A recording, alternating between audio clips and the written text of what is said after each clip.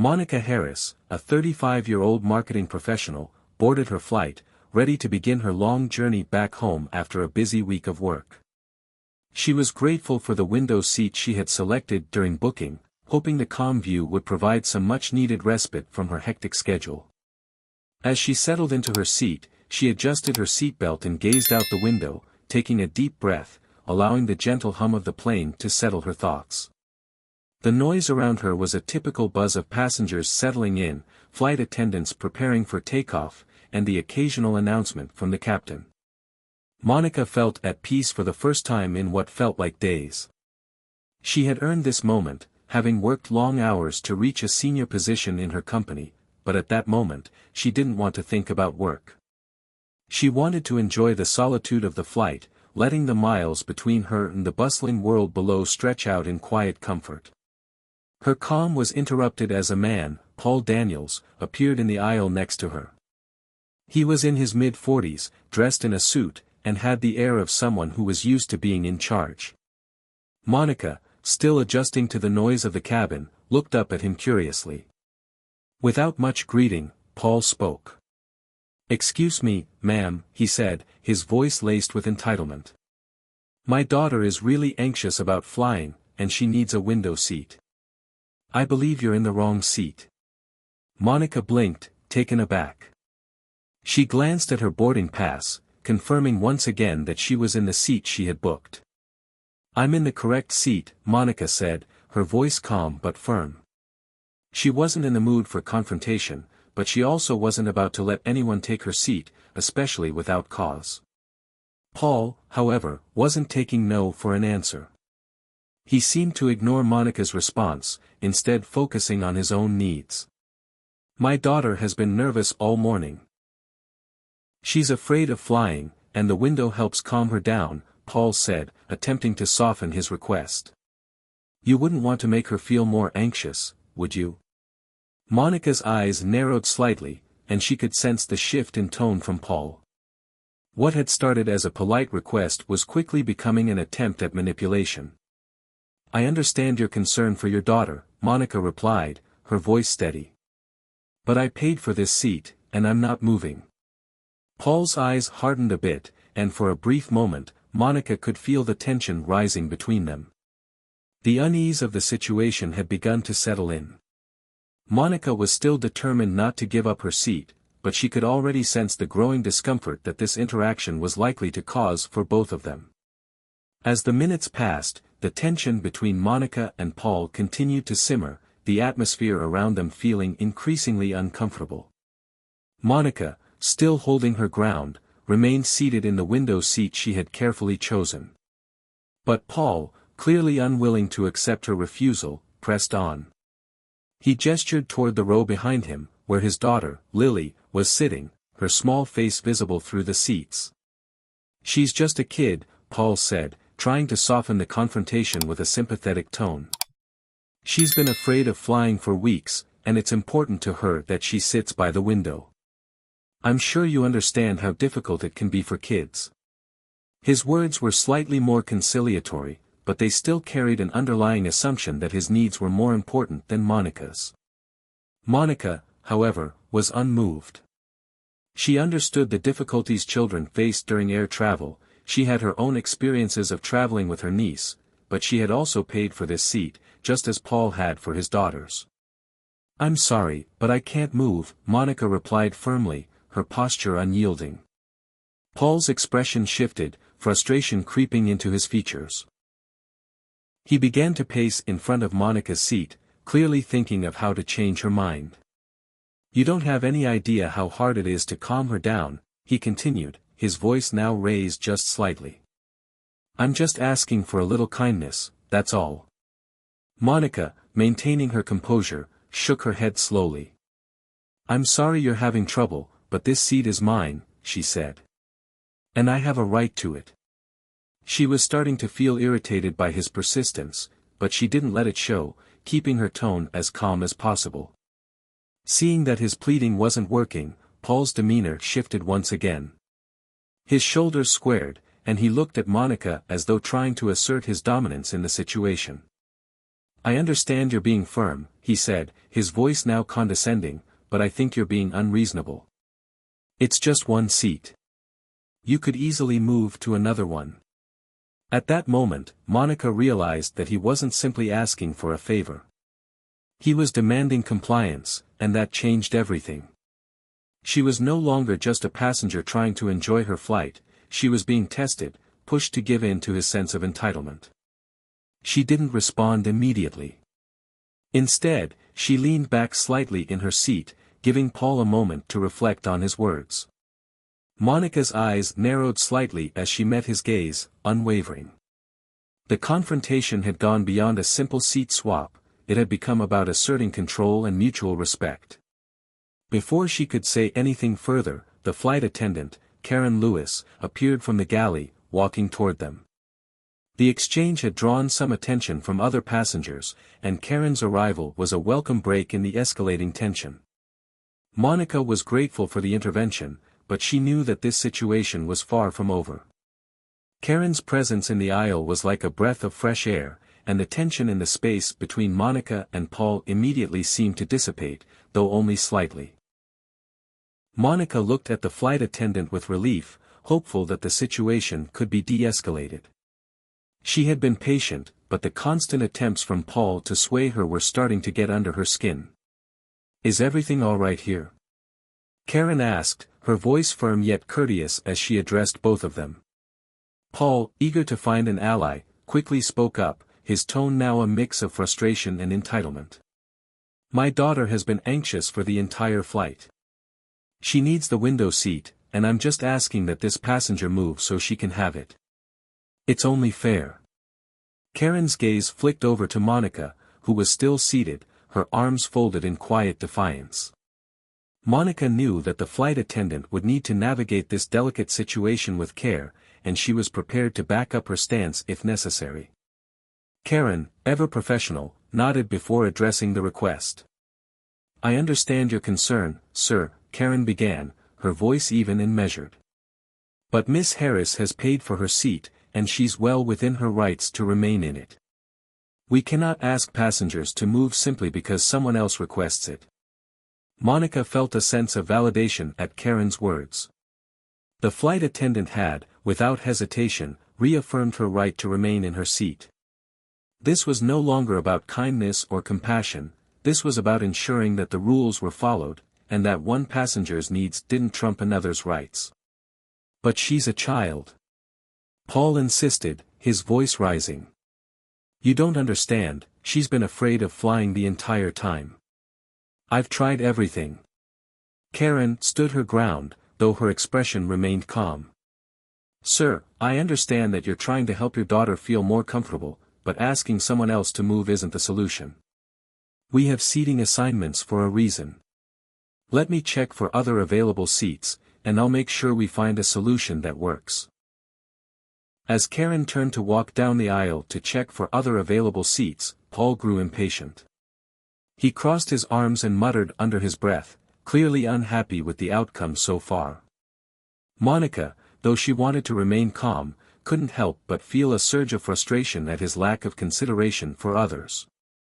When Karen returned, she reassured them that there were no other available window seats, but she offered to move Lily to an empty row with a seat near the window. This would solve the issue without inconveniencing Monica. It wasn't ideal, but it was a fair compromise. Paul's frustration was evident as he grudgingly agreed, realizing that his insistence had done nothing but make the situation more difficult for everyone. As he helped his daughter to the new row, he shot Monica a glance, one that seemed to say he still felt entitled to something he hadn't gotten. The plane's engines hummed steadily as the flight continued on its way, but Monica felt a strange sense of accomplishment settling in. She had stood her ground without raising her voice, without resorting to hostility, and had kept control of the situation. For a brief moment, she thought about how often she had let moments like these pass, quietly caving to other people's demands for the sake of avoiding conflict. Today, however, she had refused to budge. She looked out the window once more, appreciating the scenery as it unfolded beneath her. The calm and quiet of the flight had returned, but it wasn't just the outside world she was tuning into now. Monica was reflecting inwardly, proud of herself for standing up to someone who had tried to take advantage of her kindness. The next few hours of the flight passed without incident. Monica was able to settle into a peaceful routine, reading her book, listening to music, and ignoring the occasional glances from the passengers around her. It was clear that Paul's earlier behavior had caused a ripple of discomfort, and some of the other passengers who had witnessed the exchange now avoided eye contact with her. Monica didn't mind. She had learned a long time ago that some people wouldn't understand, but that was okay. She had done the right thing. Karen made several rounds to check on the passengers, and when she approached Monica's seat again, she smiled warmly. "Thank you for being so understanding," she said, her tone sincere. "We always appreciate passengers like you who handle things with grace." Monica nodded, grateful for the flight attendant's support. "It was nothing," she replied, but deep down, she knew it wasn't nothing at all. Standing firm in a world that constantly tested her resolve was no small feat. By the time the plane began its descent, Monica felt a sense of peace settle over her. She had kept her seat, but more importantly, she had taken a stand for what was right. In doing so, she had not only protected her own space but had also demonstrated to others that kindness didn't have to mean sacrificing your own rights. The flight landed smoothly, and as the passengers began to gather their belongings, Monica stood up, ready to exit. She couldn't help but notice that the other passengers who had witnessed the exchange now offered her a small, appreciative smile. She nodded back, grateful that she had handled the situation with integrity. The flight had been a journey in more ways than one, and Monica was leaving it with a newfound strength in herself. The door to the plane opened, and as Monica stepped onto the jet bridge, she realized something important. Standing up for herself wasn't just about securing her seat, it was about asserting her right to exist in the world without apologizing for who she was. As the hours passed, Monica couldn't shake the feeling of unease that had settled over her. The flight had resumed its quiet rhythm after the confrontation, but a part of her remained uneasy. She couldn't help but replay the entire encounter in her mind, wondering if there was more she could have done to ease the situation. Despite the flight attendant's intervention and the resolution, the event had unsettled her in a way she hadn't anticipated. She was used to handling difficult people, especially in her line of work in marketing. In the corporate world, where egos were often inflated and entitlement ran high, Monica had grown accustomed to being the calm one in the room. She knew how to manage delicate situations, how to de-escalate tension, but this felt different. This wasn't just about asserting her boundaries in a professional environment, it was about standing firm in her personal space, her right to exist without apology. Looking out the window at the endless blue sky, Monica reflected on the deeper implications of what had happened.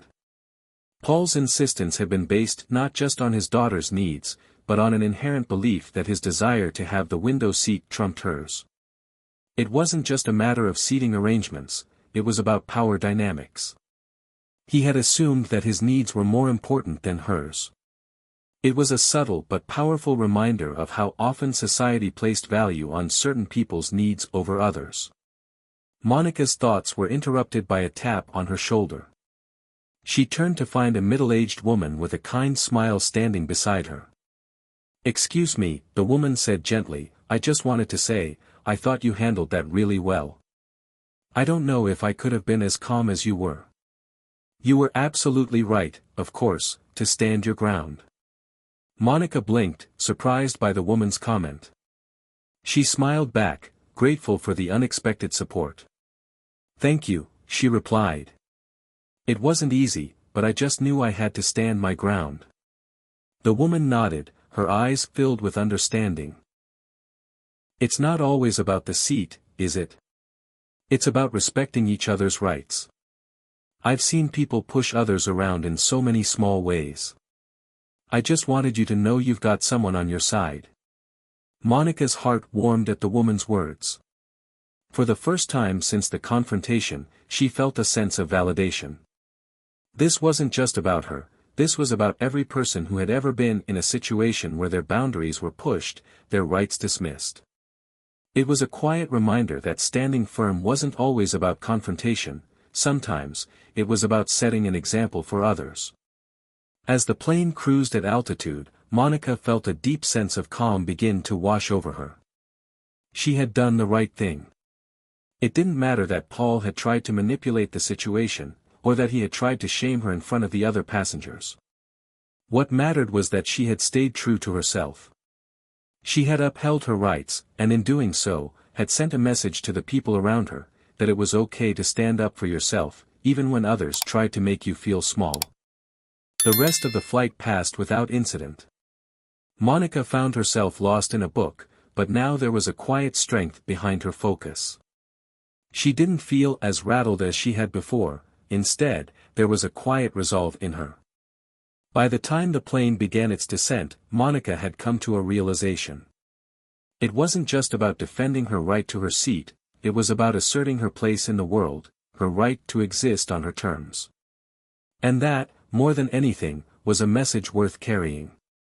By the time the plane landed, Monica was ready to put the incident behind her. As she gathered her belongings and stood up to stretch her legs, she was relieved to feel the weight of the long flight lifting off her shoulders. The tension from earlier had mostly faded, but something lingered in the back of her mind, something that had been nagging her since the moment the conflict began. It wasn't just the confrontation with Paul that troubled her, it was the fact that she had been forced to prove her worth to someone who had assumed his needs should come before hers. As she made her way down the aisle and off the plane, Monica felt a mix of emotions. She was proud of herself for standing firm, but there was a small, quiet voice in her head that reminded her that some people might have viewed her actions differently. She couldn't help but wonder if the passengers who had watched the exchange were silently judging her for not simply giving in. Was she being stubborn? Did she make the situation worse than it needed to be? Or had she been justified in her actions? As she exited the terminal, she noticed a few familiar faces from her flight. The middle-aged woman who had spoken to her earlier smiled at her, giving her a subtle nod of approval. Monica felt a small rush of gratitude. It was rare to receive such an open expression of support from a stranger, but it meant more than she could express in the moment. After retrieving her luggage, Monica met her colleague, Sarah, who had flown in on a separate flight. They exchanged pleasantries, and Monica briefly mentioned the incident with Paul. Sarah, always one to offer her unfiltered thoughts, chuckled lightly. "Sounds like someone was a little too entitled," Sarah said, shaking her head. "But seriously, good for you for standing up for yourself. People like Paul think the world revolves around them, and you just reminded him that it doesn't." Monica smiled, appreciative of Sarah's straightforward approach. It was a relief to know that someone else saw it the way she did. Still, the lingering feelings of discomfort about the situation remained, even as she tried to move past it. Later that evening, Monica sat down in her hotel room, reflecting on the day's events. She didn't know what had kept her so calm in the face of Paul's demands, but she was thankful for it. She thought back to her training in the corporate world, how often she had been told that handling tough situations with grace was an essential skill. But now, more than ever, she realized that grace didn't always mean giving in. Sometimes, grace meant standing firm, asserting your right to be treated fairly, and not letting anyone walk over you just because they felt entitled. The more Monica thought about it, the clearer the picture became. The incident wasn't just about her, it was about all the small, everyday moments where people had their rights challenged by others who felt they were entitled to more. Paul hadn't just been trying to switch seats, he had been trying to dictate Monica's space, her comfort, and her choices. She wasn't just defending a seat, she was defending her right to exist without being made to feel like she didn't matter. That realization felt like a shift. The next morning, as she prepared for her meetings, Monica felt stronger, more grounded. She wasn't going to let anyone else's entitlement dictate her actions. She had learned something valuable: standing up for yourself wasn't always easy, but it was always worth it. She smiled as she thought about the woman who had supported her on the plane. There was something empowering in knowing that, even in moments of quiet tension, you could make a difference simply by being true to yourself. The days following the flight were filled with the usual chaos of work, but Monica felt a sense of clarity settling in. Her role as a senior marketing executive required her to constantly juggle multiple projects, but now there was a new layer of purpose to her work. She had learned a powerful lesson in standing firm, and it wasn't just a lesson she wanted to carry with her in the office, it was something that had seeped into every corner of her life. The office was bustling as usual when Monica walked in that morning. Her team had just finished the latest campaign, and there was a palpable excitement in the air as they prepared for the next phase. Monica had always prided herself on being a leader who led by example, someone who wasn't afraid to roll up her sleeves and dive into the work alongside her team. But today, there was a different energy about her. She felt more confident, more sure of herself. As she sat down at her desk and reviewed the project reports, Monica's phone buzzed with a text message. It was from her sister, Rachel. The message was simple, but it caught Monica off guard. "Just wanted to say I'm proud of you. I saw your LinkedIn post about standing your ground on the flight. You inspire me." Monica's heart swelled at the message. She hadn't realized that her actions had gone beyond just that moment on the plane. Her sister's words reminded her that standing firm didn't just have an impact on the person you were confronting, it could inspire others around you, even those you didn't realize were watching. Her reflection was interrupted by a knock on her office door. It was Sarah, her colleague, with a large smile on her face. "Hey, I've got the perfect idea for the new campaign. But first, can we talk about what happened on that flight?" Monica raised an eyebrow, intrigued. "What do you mean?" Sarah laughed, her tone light-hearted. "I mean, you took a stand, Monica. That's inspiring. I've been thinking about it. We have a tendency to let things slide in the workplace when it comes to clients who push boundaries. Maybe it's time we rethink how we handle that kind of pressure. What do you think?" Monica was taken aback, surprised at how her actions on the flight had already rippled into her professional life. She hadn't thought about the parallels, but Sarah was right. Just like the flight incident, there were moments in business where people would try to overstep, assuming they could get away with it. But standing firm, even in small ways, could change the game. Monica leaned back in her chair, thinking for a moment. "You're right," she said, her voice thoughtful. "We do let things slide. But maybe it's time we set some clear boundaries. Not just with clients, but within the team, too. No one should feel pressured to back down just because someone else feels entitled." The conversation shifted from there to brainstorming ideas for the next big project, but Monica couldn't help but reflect on the lessons she had learned. Standing up for herself on the flight had turned out to be a turning point. Not just in her personal life, but in her professional one as well. It was empowering to realize that she didn't need to let anyone take her seat, either on the plane or in the boardroom. And that, she knew, was a lesson worth passing on. The following weeks after the flight incident were a whirlwind of activity for Monica Harris. Her work in marketing had always been demanding, but now, a new layer of awareness and confidence had been added to her daily routine. The flight incident had subtly shifted her perspective on both personal and professional matters. As she began to navigate her work with a renewed sense of authority, she found herself not only standing firm against external pressures but also encouraging others to do the same. Her team at the office had noticed the change in her. She was no longer just the leader who kept everything running smoothly, she was a leader who also stood up for her rights and for those around her. When clients pushed boundaries or tried to impose unreasonable demands, Monica didn't hesitate to make her stance clear. The lesson she had learned on the plane wasn't just about asserting her own rights, it was about creating an environment where everyone felt empowered to stand firm, too. One afternoon, Monica was in the middle of a meeting with her team when Sarah, her colleague and close friend, spoke up. "Monica, I've been meaning to say this," Sarah began, her tone serious but friendly. "You've really changed the way we approach things around here. It's like you're more confident in your decisions and more assertive with clients. It's inspiring." Monica paused for a moment, surprised by Sarah's words.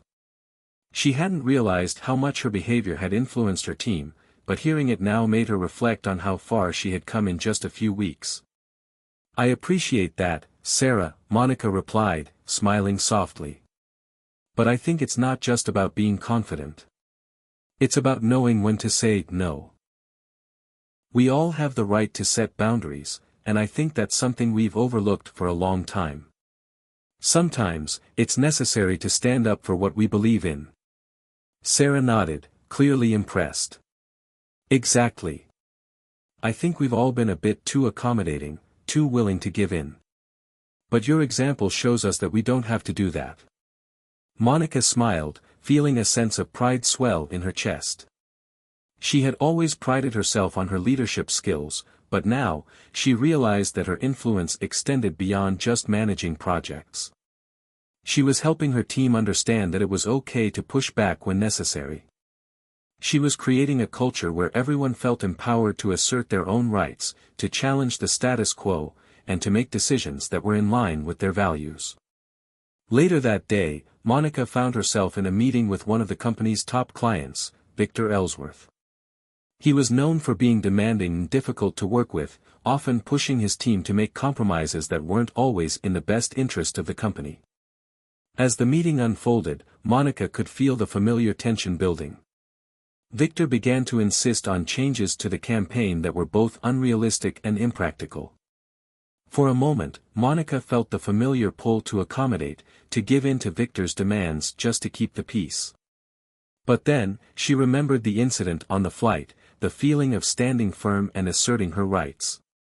She took a deep breath and, with a calm but firm tone, said, "Victor, I understand your concerns, but these changes are not feasible within the current timeline and budget. We need to be realistic about what can be accomplished. I'm not willing to compromise on the quality of the work, and I think you understand that." Victor stared at her for a moment, clearly surprised by her assertiveness. Monica could feel the weight of his gaze, but she held her ground. Finally, he nodded, begrudgingly accepting her position. "All right, Monica. We'll stick to the plan, but I want to make sure we're moving in the right direction." Monica smiled, feeling a sense of accomplishment. It wasn't just about winning the argument, it was about maintaining her integrity and ensuring that her team's work was respected. She had learned that it was okay to stand firm, even when the pressure was on. And, in doing so, she was creating a work environment that valued collaboration, mutual respect, and the ability to push back when necessary. As the meeting ended, Monica felt a sense of empowerment that she hadn't experienced before. The flight incident had, in many ways, been a turning point for her, not just in her personal life, but in her professional one. She was no longer simply a person who went along with the flow, she was a person who could stand up, assert her rights, and encourage others to do the same. And that made all the difference. Monica's newfound confidence and assertiveness didn't just change the way she interacted with clients or her team, it changed the way she viewed herself. She had always been a driven, professional woman, but now, she saw herself as someone who could navigate the complexities of life and work with a deeper sense of purpose. She was no longer afraid to assert her boundaries, to stand up for herself, and to lead with integrity. One evening, as she sat at her desk, reviewing some final details for an upcoming campaign, Monica received a message from her mother, Marie Harris. Her mother, who had always been her rock, had been following Monica's journey from the sidelines, offering her quiet support and wisdom over the years. But this time, Marie's message felt different. "I saw your post about standing up for yourself on the plane, Monica," the message read. "I'm so proud of you. You've always had strength, but it's clear to me now that you're using it to stand tall for others, too. Keep pushing forward, and never let anyone take your seat in life." Monica smiled as she read her mother's words, feeling a rush of warmth. She had always admired her mother's resilience, her ability to face challenges head-on with grace and determination. Now, as she read the message, Monica realized that she had learned those lessons from the woman who had raised her. Her mother had taught her the importance of self-respect, of knowing when to stand firm and when to walk away from toxic situations. It was these lessons that had guided Monica through the flight incident, and it was these lessons that were helping her become the woman she was today. That evening, Monica reflected on how far she had come. The woman who had boarded that plane, uncertain and unsure, was no longer the same woman who had stood up to Paul. She had grown stronger, more confident, and more aware of her own worth. She knew now that standing up for herself wasn't just about asserting her rights, it was about embracing her power and using it to create positive change in her life and in the lives of those around her. As she closed her laptop and prepared to leave the office for the night, Monica felt a sense of peace settle over her. She had learned the most important lesson of all, that standing firm in the face of adversity wasn't just about being right, it was about being true to yourself. And that, she knew, would guide her for the rest of her life.